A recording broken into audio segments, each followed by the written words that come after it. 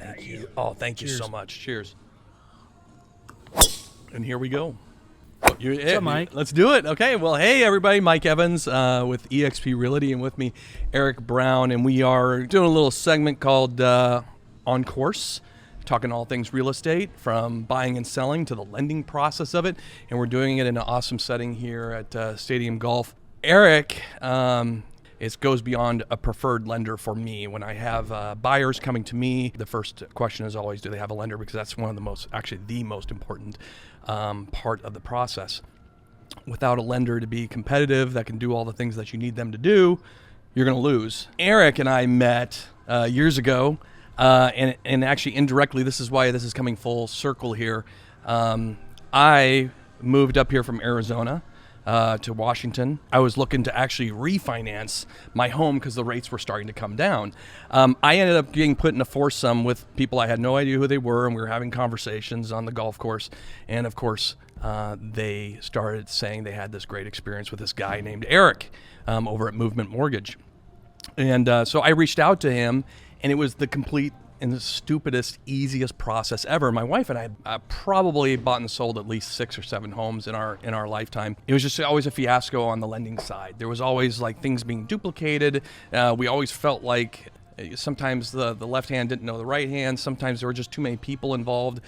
Our process with you was just incredible, to the point where when I finally retired and I got into real estate, I needed a preferred lender, and that was this guy, like immediately. And we've done bunch of deals over the years. Yes, we have. I always tell people we don't lose anything over financing because of this guy right here. And am I supposed to interject at some point in time, but this is all going to be edited, like to make it look even better because of Eric back there. I think back to when we did your refi, and during one of the craziest volume periods we've ever experienced in the mortgage industry. And so for you to have that experience when we had that kind of volume, I think just speaks a lot to our team, not only at Movement, but I'm passionate about everybody has that same experience, that regardless of if you're the one deal that we have that month or you're the 10th deal, that you're treated with respect, and that we make it a seamless process for our borrowers.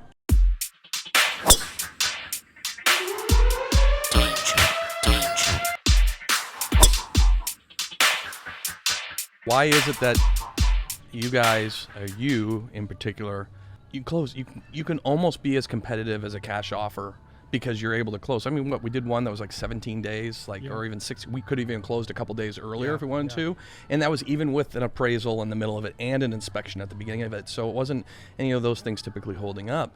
But so why is it that you and your process can do it, and it's only you and Franny for the most part who are just handling the whole thing? I mean, we front load everything, right? So like we want all of the moving parts out of the way before you're under contract.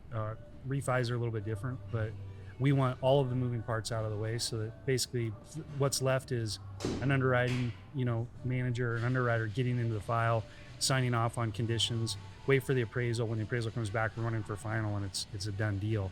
I think it's the upfront work, front loading of the file that really kind of sets us apart. I'd like to think that I'm super smart or somehow do something, but really I think we do the work up front because we care about not only our business partners, but that client, that customer being able to have a really pain-free experience.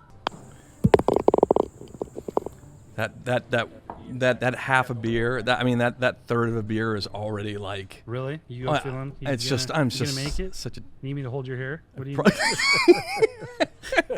Why is it? Like I said, every single time that I've bought or sold a home, on the lending side, there's always been some form like I've had to duplicate my efforts. Not. Well, even in the land you just bought, right? There were some things, yeah. That wasn't me. Yeah, no, it wasn't. It wasn't Eric. I wish you did. I wish you did raw land deals, and we had purchased that piece of property, and we had to use. There's very few that will do it. We duplicated the same forms, the same documents, not new pay stubs to show we're still working, but the same ones. Oops, I'm gonna hit that. The same things, the same documents, same everything. Like I think we had to do it 3 times, and we were very, very concerned that we were not going to get to the finish line on this thing. Yeah. Is there a better answer for why does that occur for other people or other lenders, and why that occurs, or why doesn't it occur with you? In my opinion, it's that lender, maybe offers so many different portfolio products or whatever, or maybe doesn't have the right production staff in place. So, you called me and you're like, hey, Eric, I want to buy this land. Do you have financing? Yeah, we have it, but that's not really what I excel at. And so back to the thing where if we want your experience to be top notch and leave an impact on our buyers and borrowers, we're doing what we're best at. And so, and then I think the real honest part of that question is compensation. You get what you pay for. And so if you go to a credit union or one of the large national lenders, their mortgage advisors or loan officers aren't compensated the same way that a retail lender.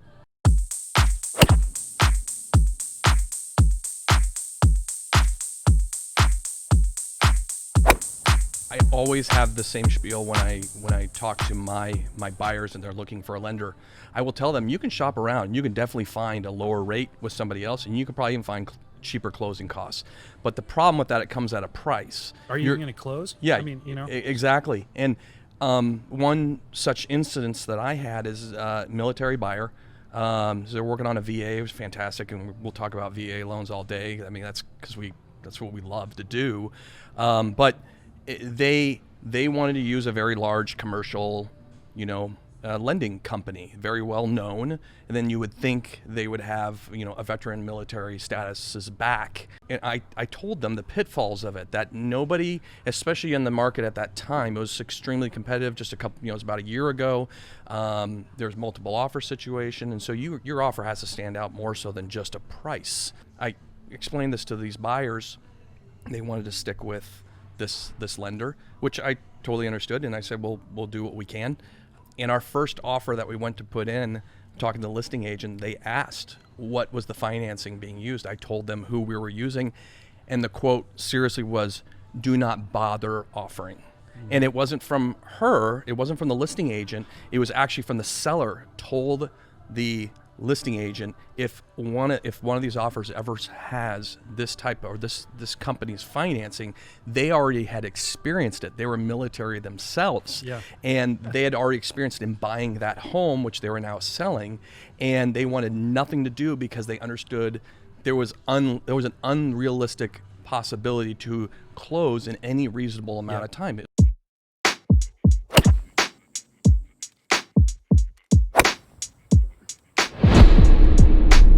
Yeah, and that's what I love with you is, whenever we were putting an offer together and I get off the phone with the listing agent and they say, hey, the sellers really want a quick close. I call you up and go, hey, how fast can we do this? You're like, dude, bud, we could just put down 18 days. We can do it in 18 days. I'm like, yeah. He's like, yeah. And then we're ready in 15 or 16 days. Yeah. And that's right there. Like most cash offers aren't, a week, 10 days typically, because you still have a title process. So we're just a week out. Yeah. So now it's putting us in the same conversation as offers that are cash because of the lender that you're utilizing. Yeah. And that's big. I mean, I appreciate all the praise, and from my standpoint, like working with you, and probably the biggest thing that I'm looking for when I'm working with a new broker is, communication, right? Yeah. And so you and I always from day one have communicated probably maybe more than most do, right? In regards to like, hey, this is, I'm high maintenance. That could be. Les might attest to that. Your wife, but no, I communication is just so big in this industry. Whether you're a realtor or lender, we have to communicate with each other, but then we also have to communicate with our buyer, and seller on the listing side, right? And so that's where it's just been a joy working with you. And the first time we golfed, but when we got done, I was like, no way this dude was a police officer in his former life, he's just the nicest guy. Oh, okay. Well, I appreciate that. And I think you can tell after spending 4 hours, somebody's, not ethics, but just their personality. And if it's a mesh, and, from day one, it was like, we're brothers from another mother, so it's been awesome. So same, and feelings totally mutual. And that was funny. We we were going back, we refinanced my loan, and it was like a couple weeks later, I finally got to meet you on the golf course. Yeah. We're like, when we were talking about, hey, how can we get a little information out there to the masses? You know, we thought of this is what a perfect venue. It's raining outside right now. We thought about the golf course, but of course it's raining outside. Yep. And so this is pretty awesome. It And is so awesome. looking forward to more of these.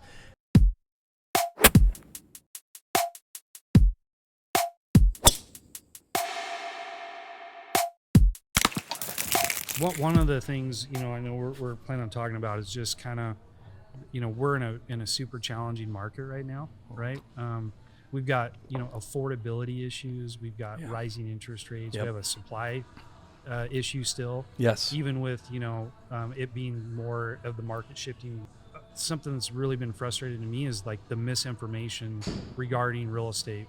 My wife and I were at an event, and there was a guy speaking that like is a expert in his realm, Yeah. and all of a sudden he says, and we were talking about he was talking about the economy and the despair and kind of what's going on, and started talking about the real estate market, that hey, unless you have 790 credit scores, you're not qualifying That's for crazy. a home loan, and that rates were at 8% on 30-year money. And I about fell out of my chair, and I like whispered to my wife, I'm like, this is, and there were 500 people in this room. And so, this is the kind of stuff that we're trying to navigate through when we're talking to our clients. And what's the likelihood of you running across the one person that actually believes that? And then it's the only person out of 500 in that room that actually believes that. Right. I mean, or what happens if all 500 go out and tell 3 of their friends what they heard at this event, right? And so, as we're trying to kind of navigate through this challenging market, Mm-hmm. we're dealing with myths and untruths, and so it's frustrating. For example, our organization, the Mortgage Bankers Association, kind of the leader in our industry, projected interest rates were going to be at 5% this Mm-hmm. year, and at 4.5% in 2023. I mean, we're in the mid sixes right now. Yeah. So it's a little bit off, right? And so it's just something that the messaging has to be different to our buyers.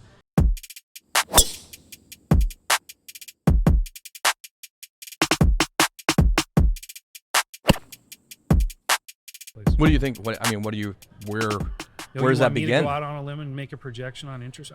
No, I don't think anybody really can, and that's the point of when I have conversations with buyers. I do fully expect that the interest rates are going to come down. What it comes down to, who knows?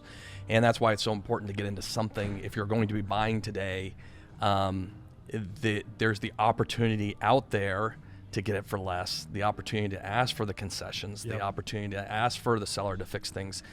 And so you're not going to get those once the interest rates start to come down, whatever that number may be. Everybody's because jumping back. Everyone will be coming back in. And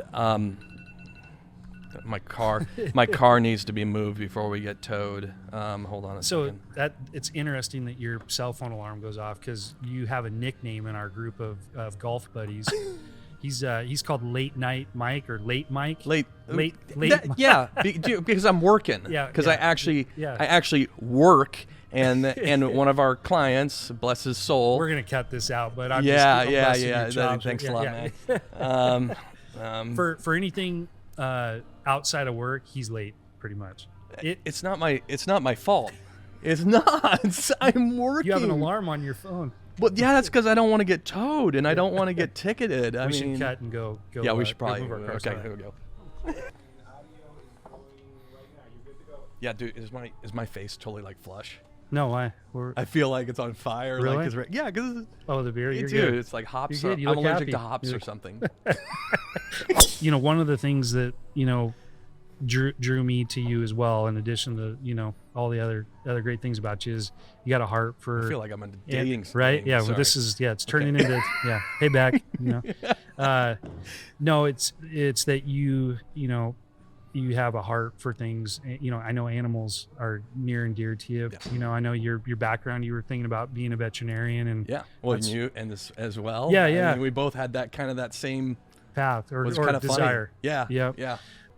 On my side of things, like, I get a huge kick out of helping VA borrowers buy homes. Yeah. And with your background in law enforcement, I know you love to be involved with law enforcement in your local community, and And so one of the things I'm really excited about where this whole conversation with me and you is going to go is, the charities or nonprofits that we're going to, reach out to and start supporting and hopefully raise some money for.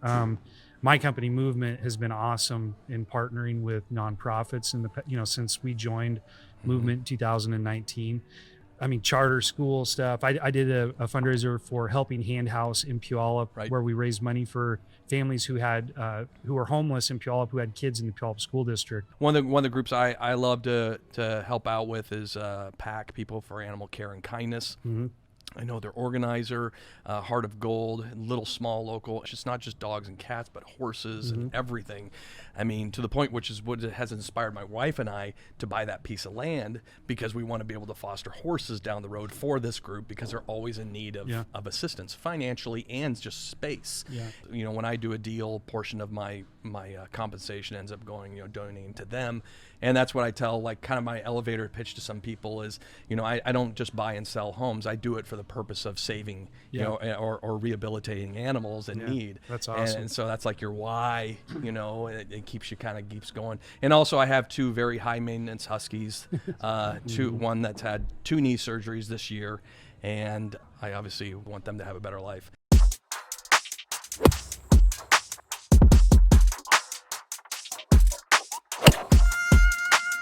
And that, that really aligns with not only my personal belief system, but also with movements. I'm going to commercialize Movement here. Our mission is that we exist to love and value people by leading a movement of change in our industry, corporate cultures, and in the communities that we serve in. Love going to work every day with people that, are some of my best friends. But, going to work knowing that we're enriching other people's lives is so meaningful to me and my group at Movement. And so partnering with you on some of these, things that are near and dear to you is going to be a lot of fun to see where it goes. Yeah. So that's what I like about Movement, for one, and then 2, you're yourself. And this is not the beer talking. I don't really particularly have a lot of time for people who are disingenuous and whatnot. And what's nice about my situation is, since I have a pension from my days in law enforcement, I get to pick and choose my clients. Yep. And I don't carry a lot of clients. I'm not that guy who's going to boast, I made 100 deals this year. Because I don't need to, because it's such when I retired, there was kind of a little bit of a hole. You're doing something for 20 years. It was kind of a little bit of I felt a little bit lost, and there was a lot of things I was looking for. I thought I could just retire and play golf for the rest of my life, and that quickly became non-true, or not true, or whatever you want to say. That might be the beer talk.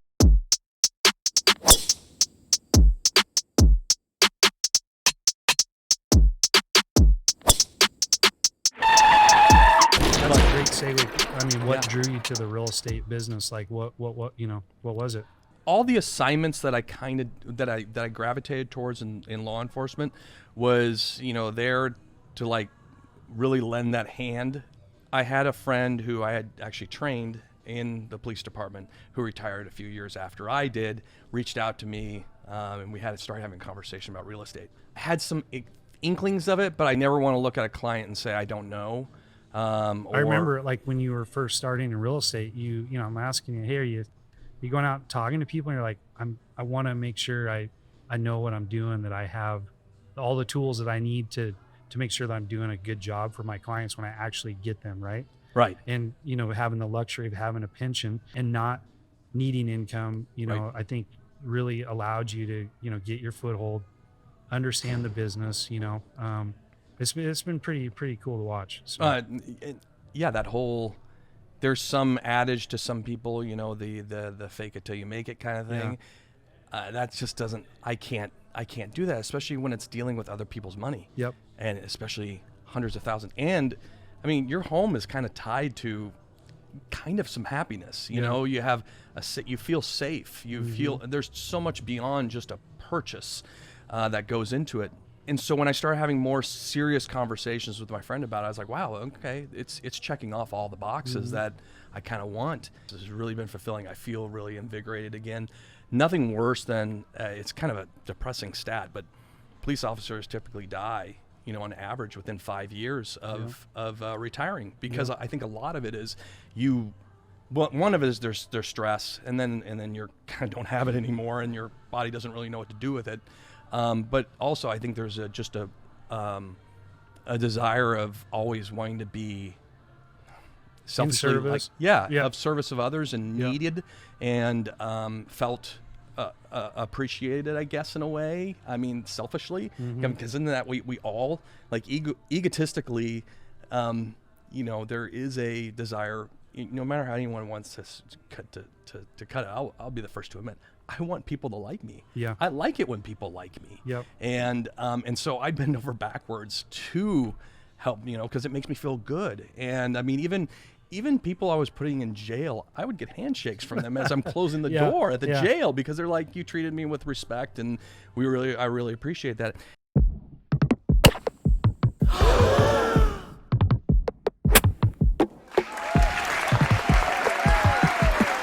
Yeah, they say, oh yeah, you can work part-time in real estate. No, there's absolutely no part-time, and you know this because I've called you when you're on the golf course in Hawaii, and I needed a pre-approval letter on the weekend, and you were on the 17th fairway of what was it, Kapalua? Where were you? Not Kapalua. It was it was Kapalua. Yeah. Yep. I thought it was. I'm like, why are you answering the phone? And you're like, that's what I do. Yeah. And that's why I always come to you. And we got that deal. I mean, because of that. That's why I have you in my corner, because I feel we are aligned in that similar field, because you've done things for my clients that, I don't know, burn bridges here, but utilizing somebody else other than you due to circumstances beyond our control, that I don't have the same service, and I don't get the same, not that you make mistakes, but I mean, we've all done that, and we own up. I know you would be accountable for it.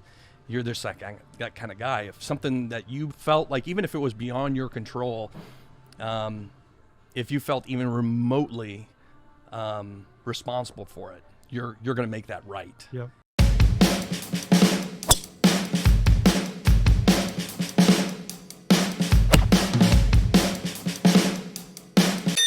I got into the business. I was selling insurance back in the early 2000s, and the service work that came with after you had a policy holder, right, was just like the paperwork part of it. It was not my thing. People didn't want to talk to their insurance agent unless they had a claim or they wanted to, add a vehicle or cancel something.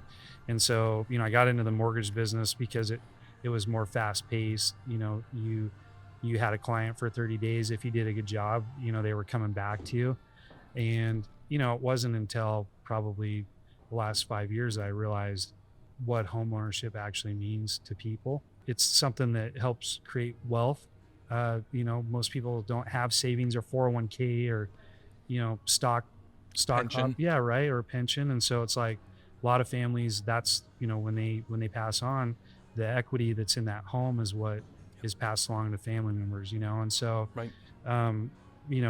The hope of homeownership, giving people that hope, or in closing, on home loans for people that thought they could never, ever buy, and closing a home loan for somebody who was the first in their family to ever buy a home, is why I do it. And I get such a huge kick out of that final stage when I get to text them or call them and say like, hey, congrats, thanks for trusting my team. We closed a loan yesterday, and I texted the borrower. I said, hey, congrats, thank you for trusting us, welcome home. Yeah. And he said, thank you, Eric. In all the homes that we've lived in, and he's in his late 30s, he's like, this is the first one we're moving into that we actually own. And so to have that kind of impact on people, to be that guy that helps them achieve that dream of home ownership is, I mean, it's a blast to go to work and do that every day.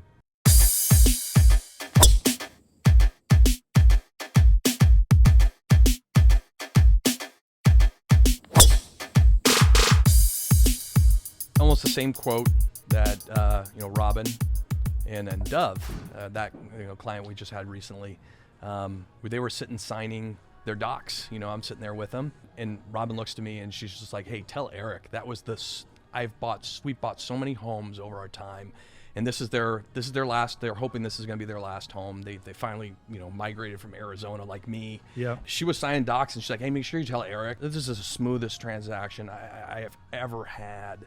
I mean, it was genuine. She wasn't like just saying in passing, like pat on the back, hey, whatever. She stopped what she was doing. I didn't even ask, hey, how was your experience? Blah, blah, blah. It was just completely unsolicited and out of the blue. And she wanted to make sure it was known to somebody in case she, gets caught up in the moment and kind of forgets to tell you.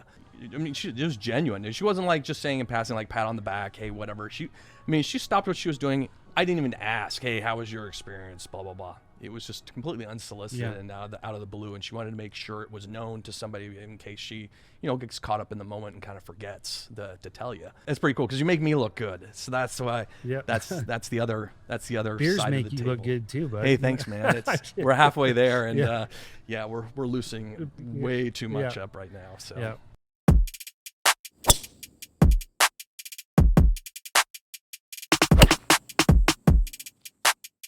So this, Eric, we had a little conversation about this, and you're such a good sport about it. You actually don't really know what the questions are in here. I kind of do. And now they're not in. Let me back up. So what Eric and I decided to do, that as we're playing the round of golf here, we'll like call out certain things. Maybe whoever's furthest from the hole, on one hole has to draw an answer, or there might be a task to perform. So based on how a task. Yeah, you might have to do a task. Okay. I told you. It's total PG. I'm not gonna. Yeah. Okay. You'll be okay. Okay. But I do want to see a couple of them. Yeah. All right. So here we go. Makes me nervous. No. Yeah, dude. I'm drawing first, bro. Yeah, you go ahead. You go ahead. All right. So you have to. Yeah, I did arts and crafts hour this morning. Yeah, you may have to. Did you handcuff these? Hold on. There we go. Oh, you got it. That's a smart way of doing it. Right, but it's still stuck that way. There we go. Look at that. It's like a little fortune cookie. Little fortune tea. Hopefully you're winning the lottery. All right, here we go. If you could live anywhere, where I'm assuming it's wrinkled at the end, but where would you live? Yep, that is it. I love the Pacific Northwest, man. Me too. I grew up just south of Walla Walla, kind of high desert country, hot in the winter, or hot in the summer, dry in the winter, or cold and dry in the winter. Jeez, I know what you Let mean. me start over. Wait, you did order another beer, I right? did, yeah. I grew up. I don't know if she heard me though. Mom, lasagna. Meatloaf. Yeah. What's she doing up there? But no, if I could live anywhere, it would be here, in the Pacific Northwest. I love the mountains. I love the water. The rain's actually something I'm used to now. So yeah. And this summer was ridiculous. We had no rain at all. We're making up for it today. How about? Same with you. For 10 years, my wife and I, before I retired for 10 years, we would take a week off and we would go to a different place. Yeah. And we knew we wanted to be kind of over this general direction. And we spent 10 days during the rainiest part of the year. We wanted to come out here specifically to see if we could handle coming from Arizona, the rain. Yeah. And we spent 10 full days, and it was nothing but rain for those 10 days. And we were like, I remember my wife and I looking at each other going, this is exactly what we want. Yeah. And it is. Every day I feel like I'm on vacation out here. I can't imagine going anywhere else.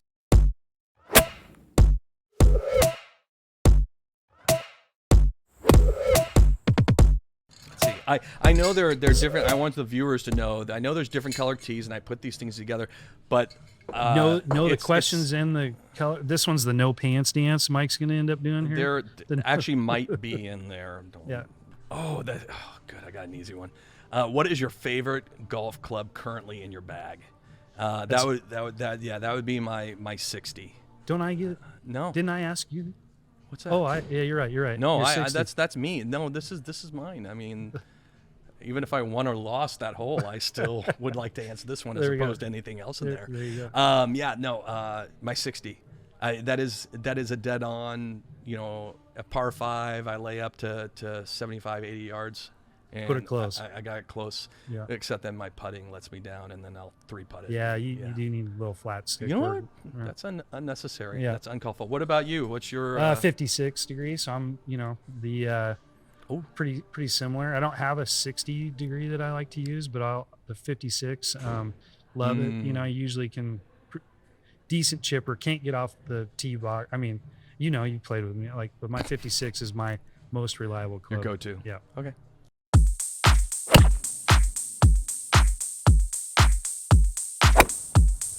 Sweet. Easy answer. Oh, this one's long. Easy question. Yeah. Sorry about that. You have the right to remain silent. Ah. If you could choose one element to control, what element would you choose? Oh yeah. Wind. Why?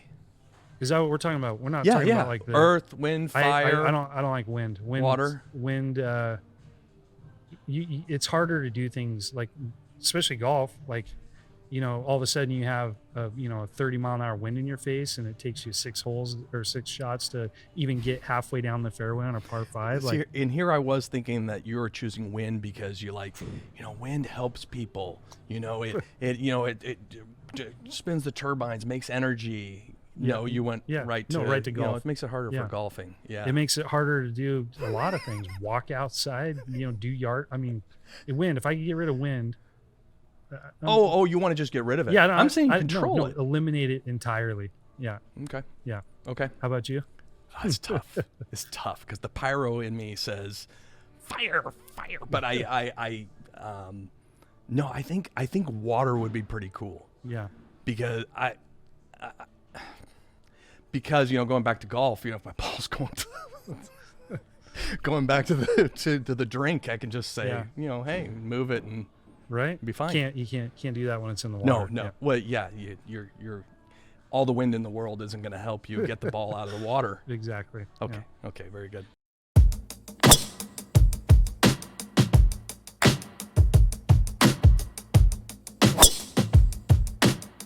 Your turn. That was horrible. Anyway, let's go.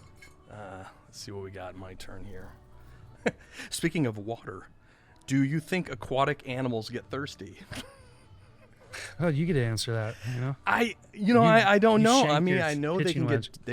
I think they can get dehydrated. Back in and you too, in your veterinary days of like desires. What? My veterinarian days lasted I just loved to adopt stray dogs on the farm, right? Hey, what's a boy without a dog? Right. I mean, that's about as far as it went, Okay. So, yeah. I that one would be I don't know how that got in there. That was not a good. I'm assuming that they question. can't get thirsty. I mean, you have an unlimited. Yeah. Your whole environment is surrounding you with water. Like, they have different gills or ways to absorb that, they're not thirsty. Right? Definitely have gills. Yeah, gills. Gills. They have different gills. Yeah. Are there different types of gills? Yeah, I think there are. Okay.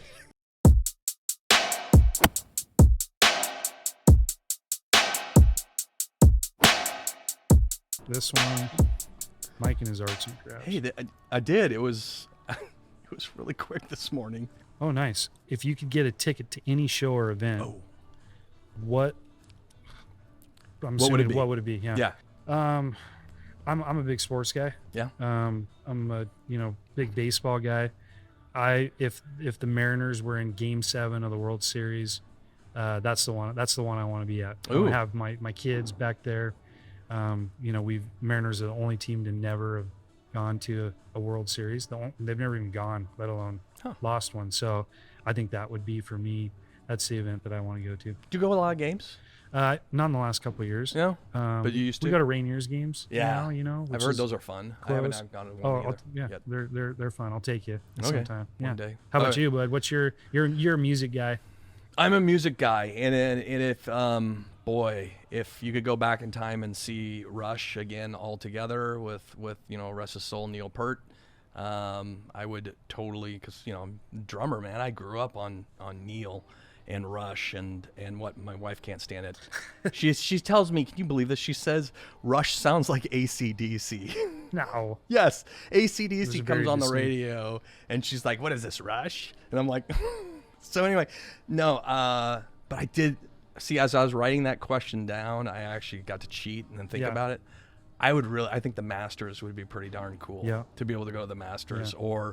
or the Open. I You know, actually got to go to the Open. U.S. Open at Chambers Bay when it was here. Oh, My father-in-law took me and my brother-in-law and a couple other people. It was really cool. Really cool. That would have been really. However, I heard it was very difficult. Tough to view. Yeah. Yeah, We it ended was. up my brother-in-law and I walked around the course probably 3 times, and we're like, you know what, let's go up to the big tent.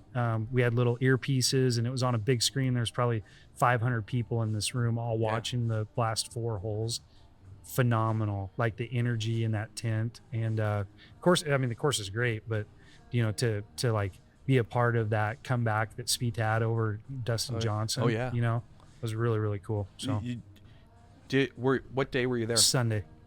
Oh, you were there Sunday. Oh yeah, final day. So did you get to see Dustin Johnson? Yeah, and so his gaff that happened.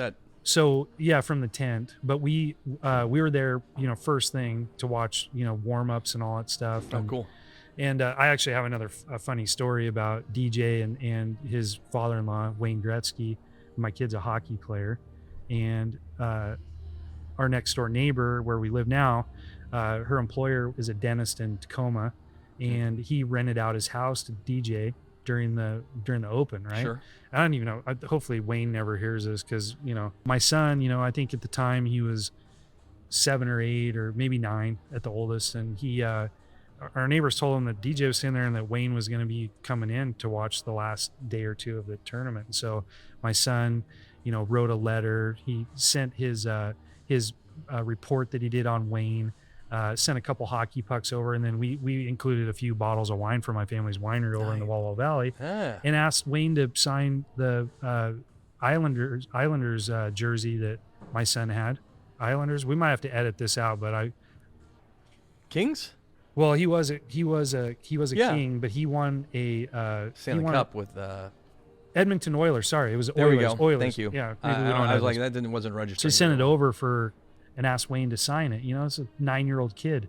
Yeah. And a week after the tournament, you know, crickets, and we get all this stuff back, even the wine. So at least he didn't drink the wine. But I don't know if he ever, you know, even saw it. But from then on out, you know, my son was like, I'm a Penguins fan. That was a good one. No, I already told you my story. What were we even talking about here? What? How did I? Oh, it was event, and you. I don't know. I like blacked out for a second there. Where's my other beer? Flush. Yeah.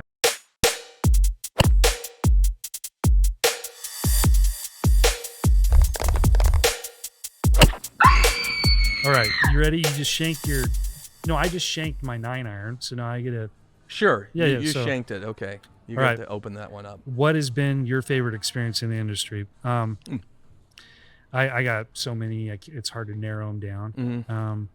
Probably the most memorable was a VA refi that I did probably back in like right around the housing meltdown time in 2008, 9, something like that. Yeah. Had a veteran borrower who had built a home with his wife and had a construction loan that they couldn't refi out of, so it converted to permanent financing with a large national lender. I know like the greatest the goat of hockey under the bus. Like I can't throw, you know, national lenders under the bus, but they couldn't refi out with that particular lender, so they just kind of gave up. And that was back when you'd still drive to meet with your clients before everything was automated. And so I had 2 or 3 appointments at their house.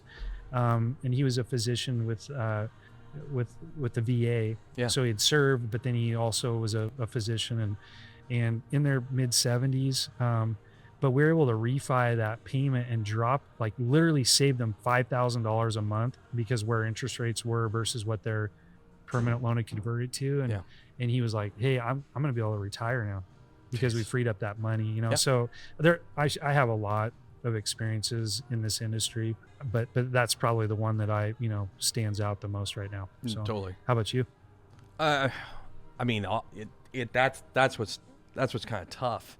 Like you said, to narrow it down because all of them have something like really, really unique. And every single time, you know, that it's crazy that someone puts their trust into you, they're potentially spending or making hundreds of thousands of dollars, and that kind of lands on our shoulders to make that happen. So anytime that kind of happens and it works out great, then that's it's fantastic. But I think most recently, I that stands out that I kind of danced around a little bit, at home was, Danced around at home. I was, Yep.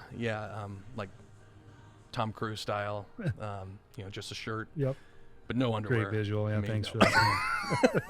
the deal we did just recently with Steve and Kim, where we weren't the highest offer. Mm-hmm. We were we were actually by far. There was still, the market had kind of shifted a little bit, but there was still multiple offers on this cool home. The competing offer that was higher than ours, they told the listing agent they were willing to go about $25,000 more than ours. The terms were all basically the same. For the most part, it was our inspection. I think we tightened up our inspection a little bit more because the sellers again wanted a quick closing. The other offer was utilizing a lender that was a large national lender that could only do it in 35. They put 35, I think, or 40. It was 35 or 40 days. Mm-hmm. We threw at them I think we did 21. Yeah, or 18. I think it was 18 or yeah. 19. I think it was something that was really quick. Yep. And that listing agent had apparently worked either with you or someone from Movement Mortgage just on her last deal. Yeah. And even though she wasn't, Movement Mortgage wasn't her preferred lender, she even said it was the easiest transaction she had ever had from the listing agent's side with a buyer's agent or with a buyer's side. She told the other offer the circumstances, even though we were at a lower price, they were willing to go up. That wasn't the hiccup. It was the lending. They switched it up to a local lender and actually tried to match everything that we did, but they still couldn't match the time frame. Mm-hmm. And she just said, I don't like that. I don't have a good feeling. The sellers didn't get a good feeling about it. Why weren't these buyers putting their best foot forward in the first place to get this place? So it was pretty cool. It was a really good feeling to, we've had it happen a couple times where we're not the highest offer because terms sometimes out, if you have a seller that's looking for more for terms and needing to get out. So that was a cool win. Yeah, that was that's really awesome. cool. Yeah.